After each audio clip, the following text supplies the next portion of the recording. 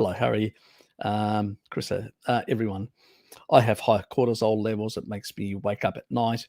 It's 4 a.m. here, and I'm high fat and take magnesium glycinate. Probably don't need the magnesium, but 15 grams of taurine, that's quite a bit. I'll stop working out, weightlifting. It's also a question of what time you're actually taking the taurine. You shouldn't take it far too late. You want to be taking it in the early evening. So that's when you want to be taking the taurine. I don't know why you're doing 15 grams. I've never recommended so high unless somebody's trying to deal with certain conditions in particular. Maybe I have and I've forgotten about it in that regard.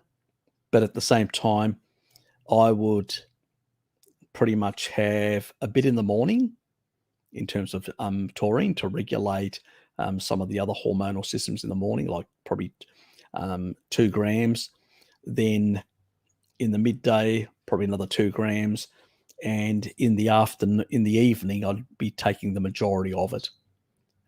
Because what it does is, as well, when you take a higher amount in the early evening, it will bring down cortisol, it will increase melatonin, but also it actually increase sleepiness. That means you'll start feeling drowsy. It actually has a drowsing effect. So if you're spreading it out all day, not a good idea. I usually tend to have most of mine. I usually have about 6 grams, and I usually have 2 midday or afternoon. If I'm having training, I'll have a bit. I'll split it. But if I'm not, I usually have it midday, and then I'll have 4, around about 6 to 7 o'clock, and then I'll put my blue blocking glasses on to minimize the amount of blue light exposure, because blue light exposure can still raise cortisol in the evening. Some people are more sensitive to blue light than others. Yeah, it's probably genetics. We don't know. The research is very unclear. They haven't looked into the genetics of that. But ophthalmologists who have done some research have noticed that some people there are outliers. Some people produce, the majority of people are sort of in the middle. But some people are going to be in the range where they produce more cortisol, less melatonin, and the other ones will be the complete opposite.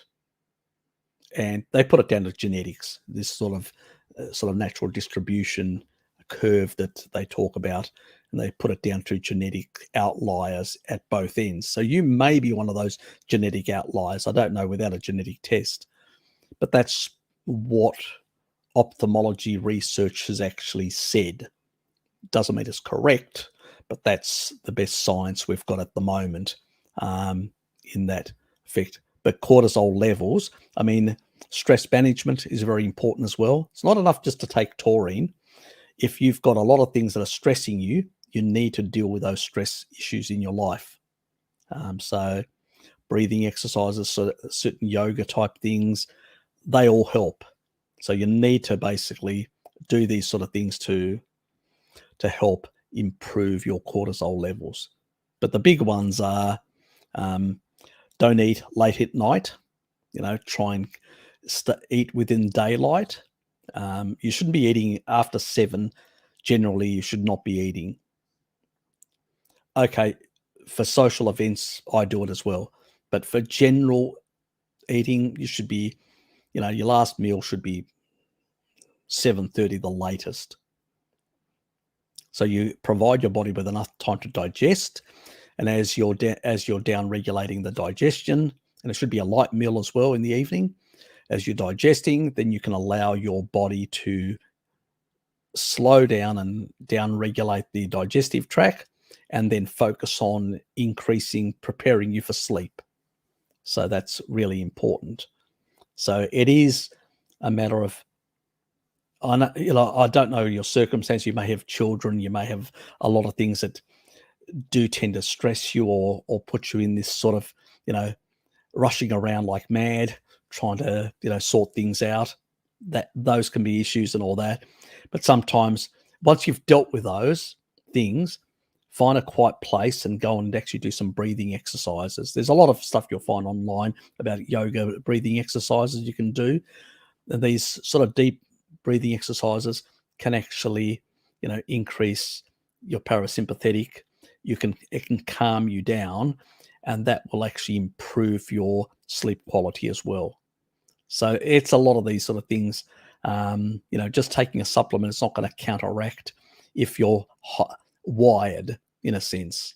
You need to basically try and deal with that as well.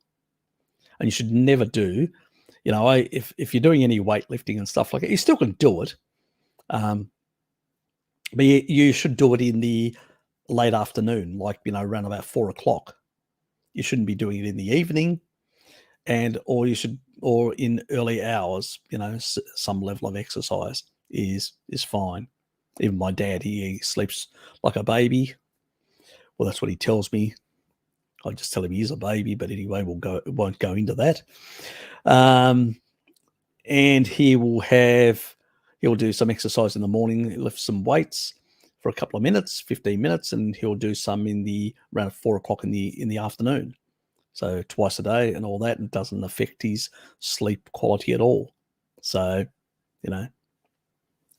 I don't think you need to give up on physical activity. You just have to not do it too late and not do excessive amounts either, in that regard, because they can have an effect on sort of the level of cortisol as well, especially for people that are prone to having elevated levels, until you can bring it under control. But taurine does normalize it generally. But as I said, you really need to look at your own sleep hygiene, which is blue light, and the other part is your own stress management. So you can take all the supplements in the world. If you're not managing your stress, it's going to be a problem. So keep that in mind.